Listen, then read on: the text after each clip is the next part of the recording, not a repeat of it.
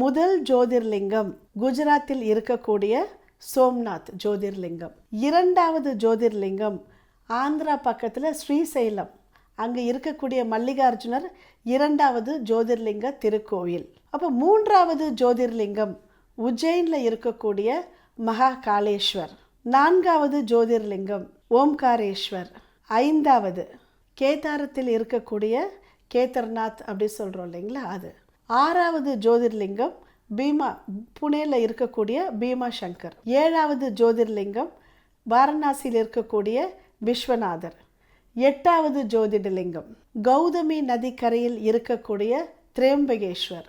ஒன்பதாவது ஜோதிர்லிங்கம் பைத்தியநாத், இதை நார்த்தில் பைத்தியநாத் அப்படி சொல்லுவாங்க.